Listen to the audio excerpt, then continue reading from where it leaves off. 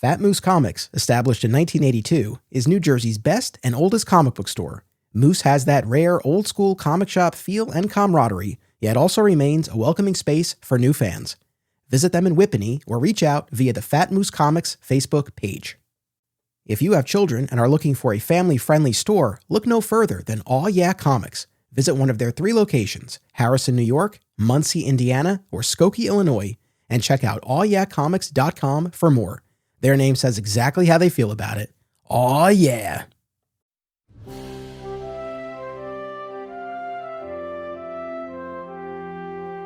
In the 1950s, George Reeves embodied the Man of Steel in Superman's first television adaptation, from its gritty black and white beginnings to the kid-friendly color years.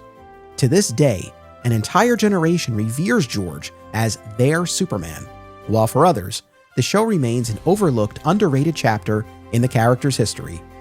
On this podcast, we bring everyone together as we break down each episode of Adventures of Superman, examining it within the context of the series itself, as well as the larger Superman mythology.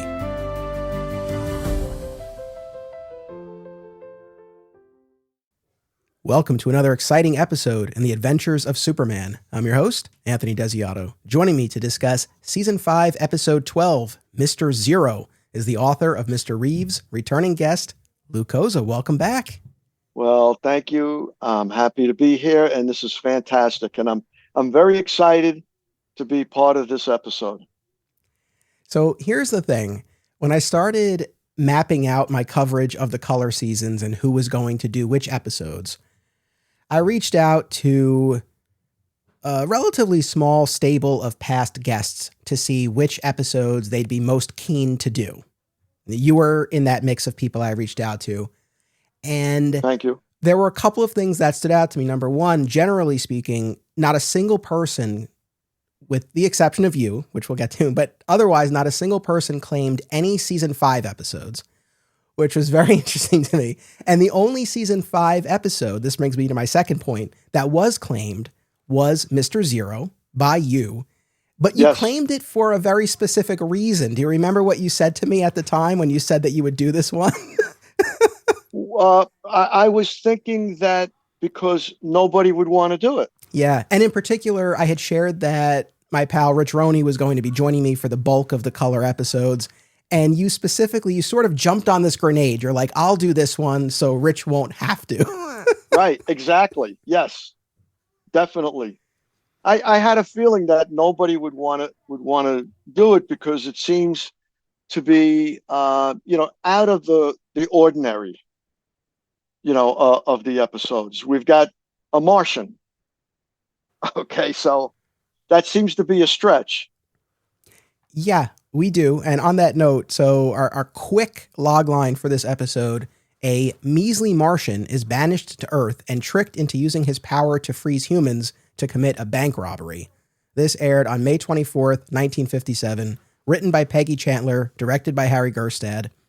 And before I get to our guest cast, overall, here's the thing. I think because of what I had heard about this episode over the years, and based on the fact that you claimed it to spare another guest, I went into this with expectations about as low as they could possibly be. And you know what? It served me well. I cannot sit here and say, oh, what a gem of an episode. I really loved it. No, this was far from my favorite color episode even. But it was not, I don't know, it wasn't the train wreck I was expecting going into. It's not a disaster. Yeah. Right. And you see, I know from, having communications with a lot of the Adventures of Superman fans, on message boards, and, back in the day, it used to be called, discussion boards and such. But, people would list their 10 favorites all the time.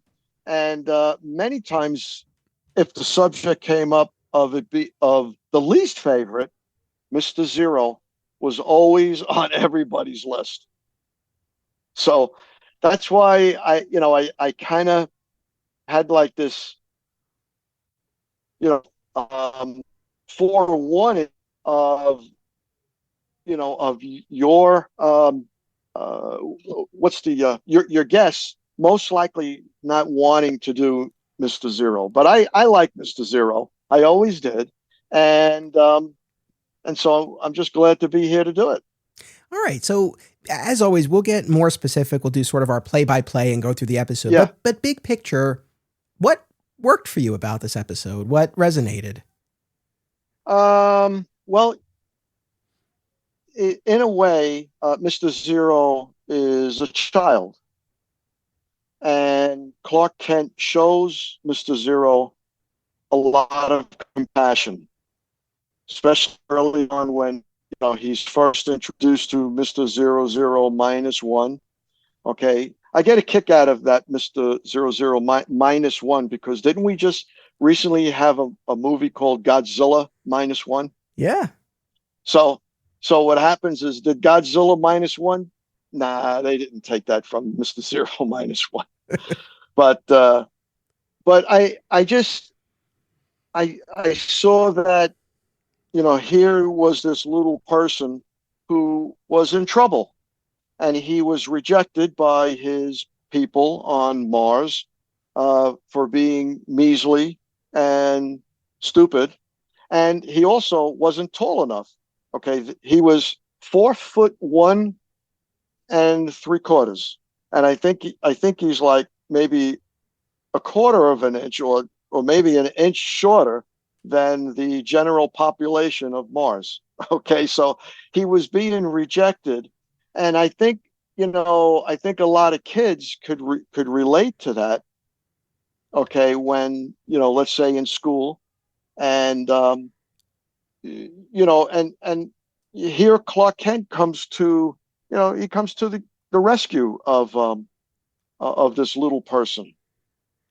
The most positive thing that I can say about this episode, building off of what you had shared, what struck me the most was the kindness and compassion and respect that our cast overall, but especially Clark, showed toward Mr. Zero. And the sort of physical act that really stood out to me was, in most instances, virtually all instances, Clark will either sit down or kneel so that he's face to face with Mr. Zero and he's not talking down to him. And it so stood out. And that's something that as a dad to a 6-year-old, I have made a practice of from the beginning of not talking down. Now, I can't always do that in every single moment, but especially when it's something important, I will either pick my son up or I will kneel down. And he has clocked this, and he asked me about this not too long ago. And I said to him, it's important that when we talk, we're face to face and we look each other in the eye. I said, I'm not talking down to you. So that really stood out. And I thought that was, to me, I thought the aspect of the episode I enjoyed the most.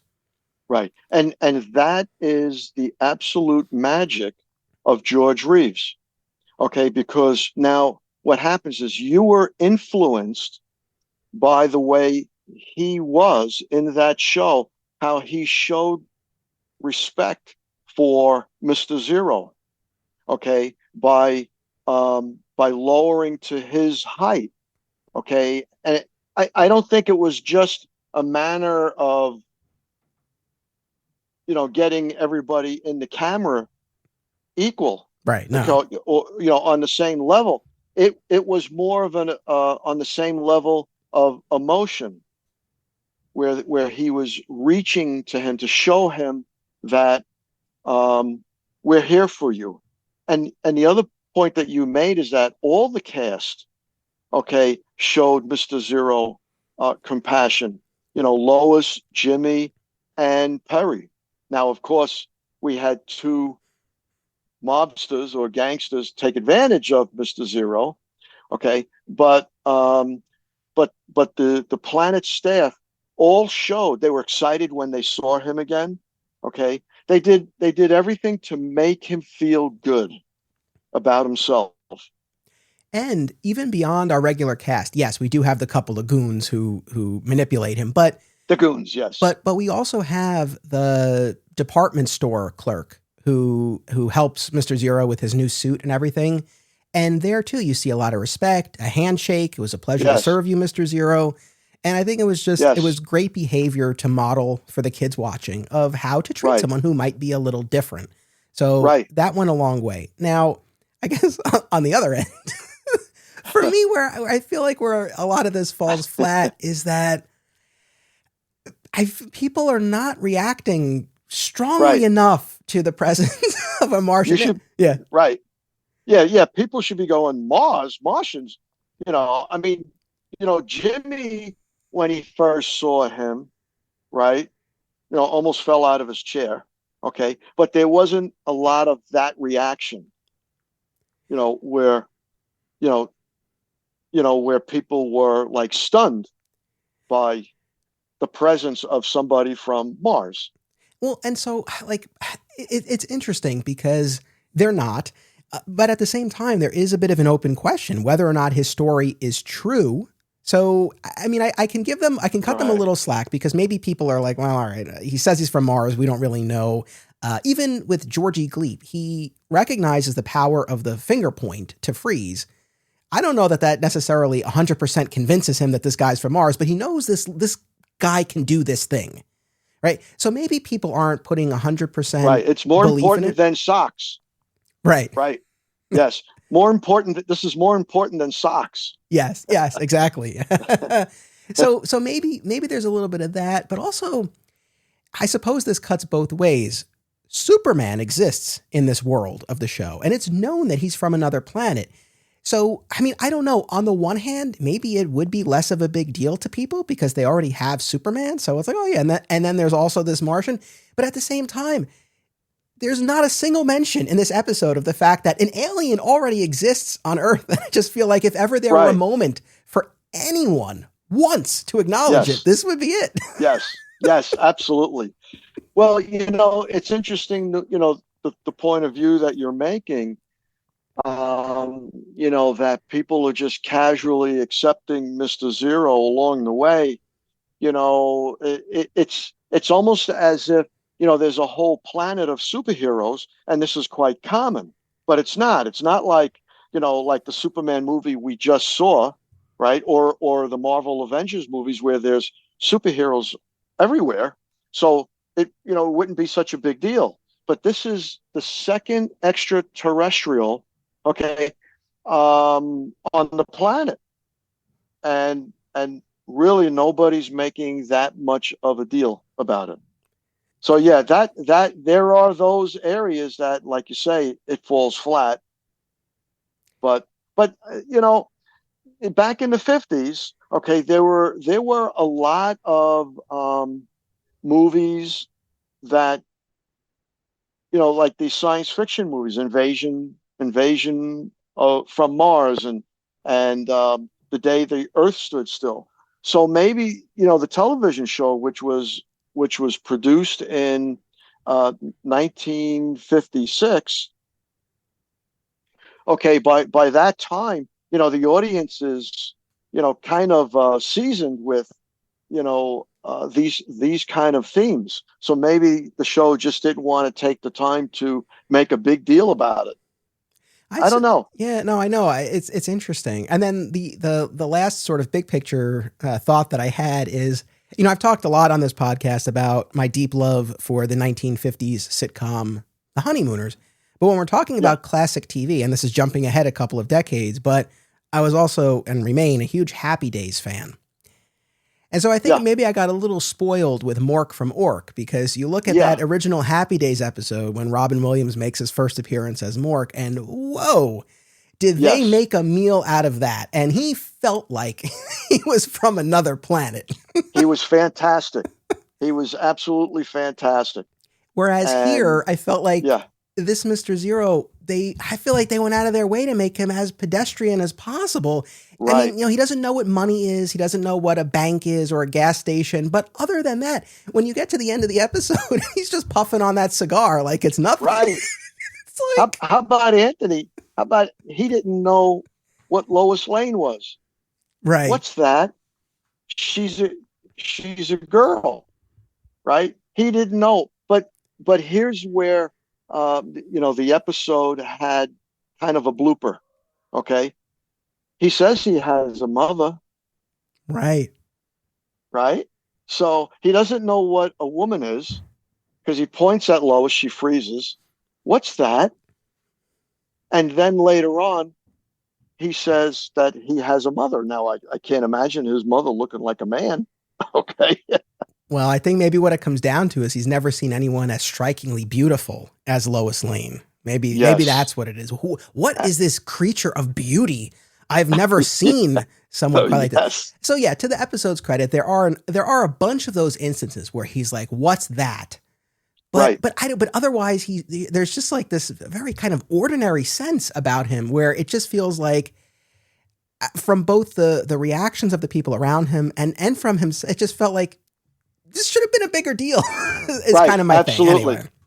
Yeah. As Right. far as our guest cast, so we had Billy Curtis as Mr. Zero, Herb Vigran as Georgie Gleep, George Barrows as Slouchy Magoon.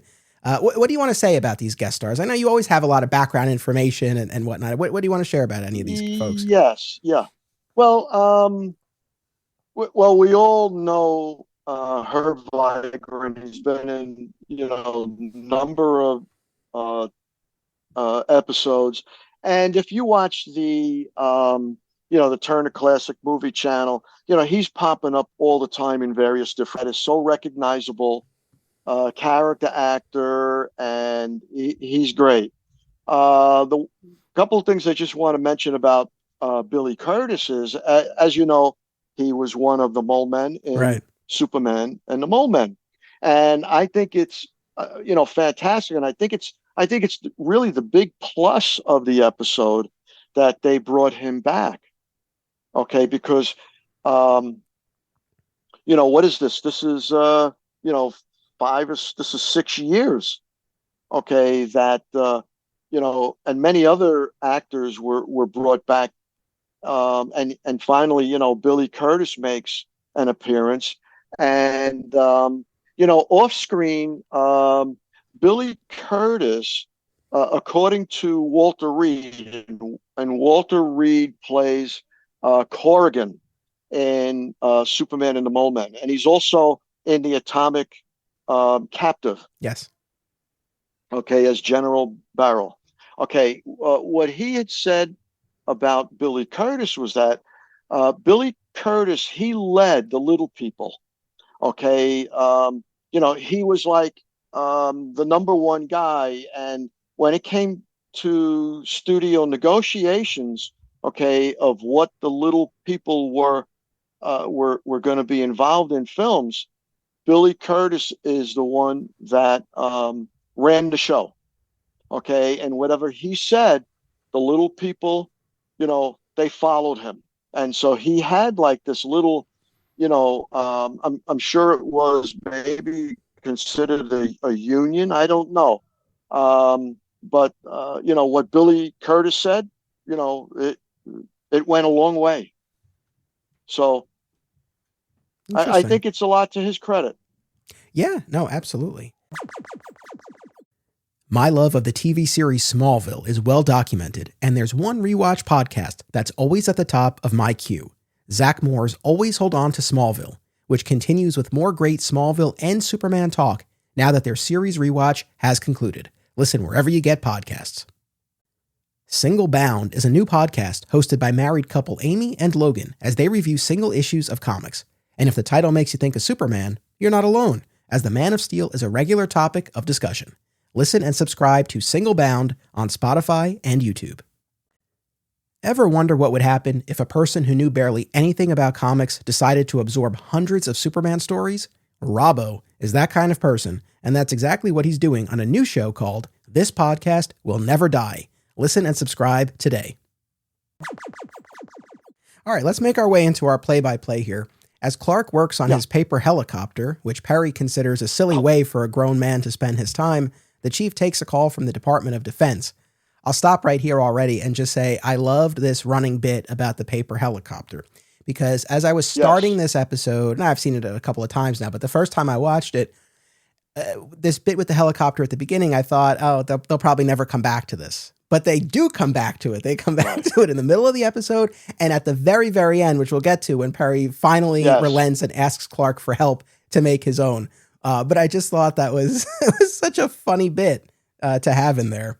Yeah. Oh, absolutely. That was really fantastic. One of the interesting things that a line that I really enjoyed was in that moment in Clark Kent's office. Yeah, if I remember right, Perry must have said, "Can we get Superman to help?" Okay, and Clark turns and he says, "Do you think I could turn Superman on and off like a water faucet?" Okay, he had said that once before in an episode, The Human Bomb. Okay, when Lois is out on the ledge and Beta Million Butler is making his demands about, getting Superman, tying him up for, 30 minutes. And Clark says, "Do you think I could turn Superman on and off like a water faucet?" So it's a good line. Yeah, I'm glad they brought. It's so good they brought it back. But no, Yeah, good catch. And yeah, it's like from Clark's perspective, he knows he can always get Superman, and right, I guess from the other characters' perspectives, Clark always does deliver. right. Nevertheless, there might be a little bit of this frustration of like, hey, what do you Hey, think here? right. Can't you handle it on your own? Yeah. Also, though, with that paper helicopter, not to be fixated on that, but it was very involved. I mean, he's holding not just the paper, but Right, scissors. right. Right? Yes. Yes. I mean, I've made Yeah, plenty of paper airplanes in my day, and it's a piece of paper that I'm folding up. I was never bringing in scissors. right, right. And somewhere along the way, or I guess before he exited the office, he didn't he throw it up and Yeah. it cycled down. Yeah. So it works. Yeah, well, it was a lot of fun. But yeah, so during the scene, Perry takes this call from the Department of Defense. There was an unidentified flying rocket ship over the desert that seemingly disappeared. The government wants Superman to find it. So then, yes, we have this whole exchange about Clark turning Superman on and off like a faucet, but he does exit, change into Superman, and fly around, but he comes up empty. In Clark's office, Jimmy Right. can't believe his eyes when he finds before him a diminutive man in a stereotypical alien costume, including a fishbowl helmet with antenna, who asks to be taken to his leader. Clark returns and meets 000-1, or Mr. Zero for short, who is banished from his home planet of Mars for being measly, standing a quarter-inch shorter than his fellow Martians, who were all There you go, 4'2". quarter inch. Yes. Yeah. Mr. Zero is struck by Lois when she enters and points at her, momentarily immobilizing her. Clark slips Jimmy a few bills and asks him to take Mr. Zero shopping at the boys' department. When Clark fills Lois in afterward, she assumes Clark doesn't believe Zero's story, but Clark doesn't see any other explanation, especially in light of the missing UFO. So I welcome any of your thoughts on that scene. The one thing I'll say that we haven't already really hit on Right. is when Lois and Clark have that little discussion. I appreciated that because as the scene is playing out between Clark and Mr. Zero, like we said, it's great to see how kind he is towards him. But I was saying to myself, what is Clark really entertaining about all of this? And so I liked when Lois asked him this point blank. And I mean, his response was kind of reasonable. He's like, well, I don't have another explanation. And then coupled with this business about the missing ship, there's some plausibility to it. So I like that. But anything else about this scene that you wanted to talk about? Well, I liked when Clark reached into his pocket and pulled out some money Yep. and gave it to Jimmy. Okay. And anybody who knows George Reeves knows the story that he's handed out more money, to, let's say, out of work actors, more money than he's ever been paid back. He was a very generous, individual. So I'm sure anybody who has a longevity of reading, stories about George Reeves, know that, and they've probably, you know, it's probably crossed their mind when Clark reaches out in his pocket and pulls out money and hands it to Jimmy, and I enjoyed when he says, he gives him like a little whisper and says, try the boys department, you know, and so I thought all of that was pretty good. When Lois walked in the room, I thought of Rich Roney. Okay, and here's why. Did you see the hat that Lois was wearing? You're now Oh boy. you're now the second guest to comment on Rich's commentary about the hats. Right, I love it. That's fantastic. Yeah, I mean, are they going to the Belmont? Is she going to the Belmont Stakes? I mean, wow. Yeah, Or she absolutely. must be covering the flower, the flower extravagant, Yeah, the flower show. No, but So that's a great point though about George Reeves and his generosity. And yeah, yeah, I just same as you are, just like that moment of him just pulling out those bills and counting them off. yeah, And you know, he might not have been able to go to the Tip Top Club that night. You know, he laid out a lot of cash for this for the soup, but he did it willingly, and I appreciate that. absolutely. Yeah, a bit of sacrifice. He's going to sacrifice his night out so that Mr. Zero has proper clothes to walk around with green hair. Yeah, there is this business about him having green hair. You know, it breaks my heart because we're in the color era, so it's like, oh man, it doesn't really read that green on screen. Right, right. And I don't know. I guess. Well, I don't know. Is green relatively associated with Mars? I would have thought that Right. red would be right. But there was a movie called which Dean Stockwell called The Boy with the Green Hair. Okay, I've never seen it. I don't know what year it came out, but Dean Stockwell was a kid at the time. So I wonder if there was any relation to that uh, with having, Mr. Zero, who is childlike, to have him with green hair. Yeah, interesting. Not sure. Yeah. At the department store, Mr. Zero looks sharp in his new suit, discovers what a mirror is, and inadvertently freezes a fellow shopper, Georgie Gleep, who was there for socks, but more importantly, sees potential in Right. this ability. Jimmy brings Mr. Zero back to the planet, and while Clark goes to Perry to try to sell this fantastical story, Georgie Gleep enters and offers to show Zero some hospitality and introduce him around to the boys. At Gleep's place, Georgie and his accomplice, Slouchy Magoon, convince the naive Martian that Lois's money is being held by the people at the big stone building near the planet, aka the bank, and that they won't give it back. Zero uses his finger to freeze the bank tellers as Gleep and Slouchy steal the money. So I don't know if anything stood out to you about that whole sequence where they're kind of going through this process with him and tricking him Yeah. into joining Right. them. I love the scene in the bank. The only thing is that there was a there was a security guard at the door, and then the security guard, just before they walked in, he walks away. He walks to the right, and you never see him again. And Mr. Zero never points his finger at him. So I don't know what happened there. Yeah, that's a good catch. And Yeah. I mean, I don't know, just those little things you see. But overall, I loved all the expressions on all the bank clerks. They were preoccupied, then they would turn and look, and then boom, they got the point. No pun intended. I mean, they really went with an effect here that required nothing budget wise, Right. and there's no visual cue that accompanies it. It's the finger point and the actor freezes and holds, and that's it. But it does what it needs to do, I Right. suppose. Yeah, I mean the scene where Georgie and Slouchy are tricking him and playing on his affection for Lois, that he wants to help her. The one thing I liked was how you see as Slouchy's realizing what Georgie is doing, and he gets with the program and plays along. So I like that little, kind of that wordless exchange between Georgie Yes. and Slouchy. But I think too for the audience of kids, not that the episode beats you over the head with it, but I think also kind of conveying this idea of being wary of strangers. Like this guy just walks into the planet and he's like, "Oh, I'm going to show you around, Mr. Zero." And Mr. Zero goes off with him, but it's like, yeah, not everyone is Yeah. going to be well intentioned, and you do need to be wary and discerning and careful about who you trust and who you listen to. So I like that too.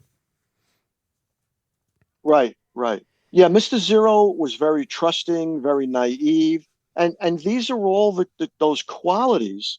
Okay, and maybe that's the message that the producers, Whitney Ellsworth, was trying to get out there, okay, to the audience, okay, which is consisting of 33 million viewers, and most of them children. So so even as far as back then, there's that message. I mean, we all know those messages now. We tell our kids not to talk to strangers, right? Okay. And, and often people will say, oh, things were not like they are today. Okay. People used to leave their houses unlocked, and you just can't do that kind of stuff anymore. And, maybe so, but, but here's this message of being weary of strangers. Okay. That's all the way back in the 50s. So that's really, maybe it wasn't so different, you know, as it is now. Yeah, no, very true. When Mr. Zero returns to the planet, he tries to convince a skeptical Clark that Gleep is a good guy, but he realizes the error of his ways when Lois casually remarks that she had taken money out of the bank earlier that day. Zero becomes upset, but Clark instructs him that no one ever got anywhere by crying and asks if Zero would like to help Superman nab Gleep, because of course, Mr. Zero knows where Gleep is based. And it turns out that even Mars has heard about Superman when he stopped those meteors. Now, is that a reference to Panic in the Sky? That's how I took it. Oh, definitely. Yes, absolutely. Um, that is exactly how I took it. Okay, at our climax Yeah, here, at Gleep's yeah, place, Superman busts through the wall and Zero freezes the two criminals. All of this is observed by a pair of Martians on Zero's home planet. So they're on Mars, they're watching an episode of Adventures of Superman. They had got it up on their screen, just like we're watching it here. And then finally, at the they're planet, ahead of their time. yep, back at the planet, Mr. Zero enjoys a cigar provided by Perry. Now, in fairness, because I know I made a joke about this earlier, but he does have a line about what they smoke on Mars and how the cigars are comparable. So there's some frame of reference. It's not, which I at least that was Yes, something as opposed to him just knowing exactly what to do with this. right, right. Yeah. Well, and I took that as a sign of great respect that Perry White was initiating there by handing him a box of cigars, his cigars, okay, to take back to Mars. So I thought that was, an outstanding, I mean, let's face it, the show is not, up there in the number fives, right?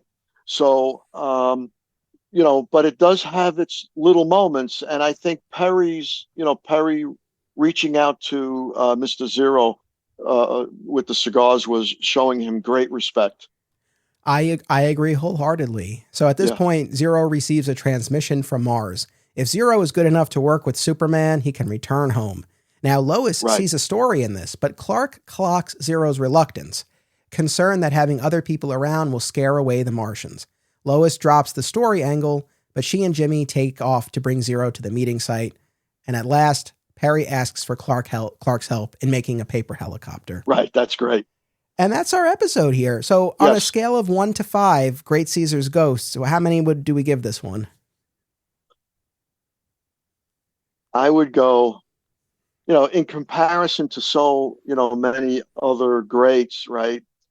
Those are the benchmarks.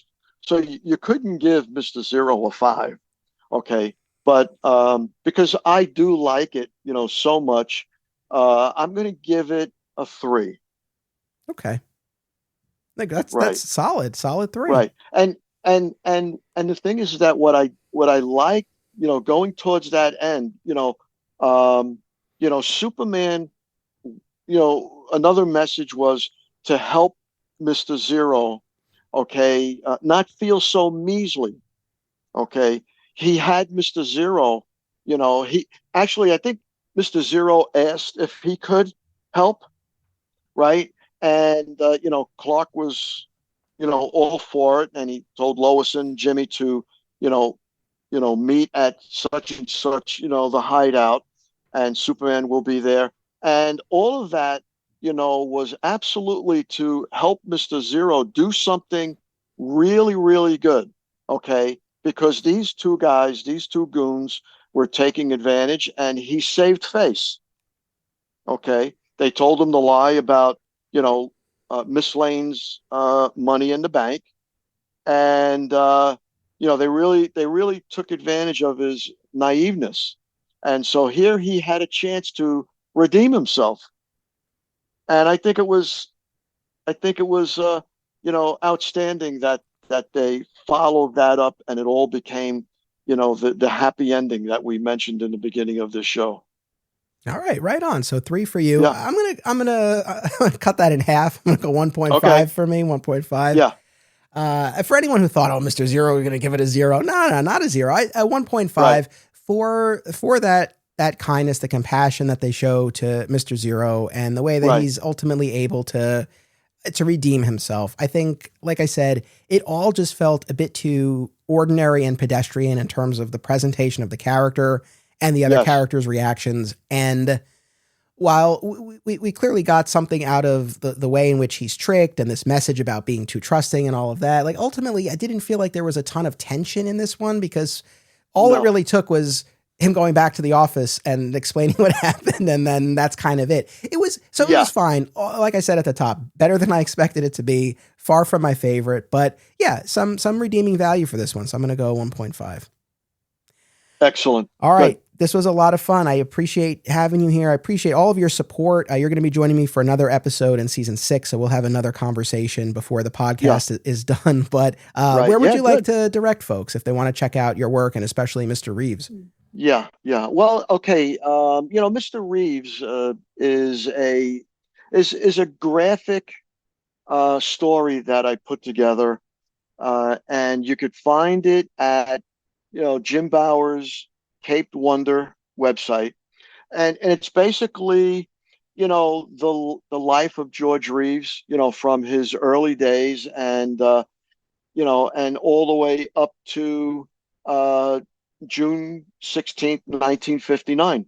Okay, and I don't profess to define um, the cause of death, but it just all leads up to that, and it's a story, and I think it's worthwhile for people to read it, because I think it's told from a kind of a different way, and it's kind of like follow the money, okay, because there's been a lot of ideas of what people think about who paid for what. Okay, and I think that the story tells a little bit something a little bit more realistic. It's a fictional story, but I try to make it as close to reasonable as possible, at least in my view. So, Mr. Reeves at Caped Wonder, Jim Bauer's website. All right. Well, thank you. I'll include the link in the show's description, so people should click through and check it Yeah. out. Thank you, Lou. Thank you, audience. Uh, Guys, make sure you come back next week. It's the finale of season 5. Rich Roney will be back. We'll be getting into it. You don't want to miss it. Until then, as always, remember, only Superman can do super things.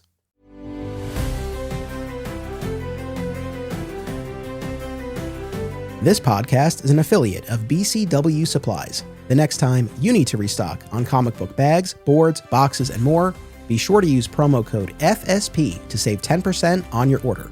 That's FSP for Flat Squirrel Productions. It helps support the show too. Thank you.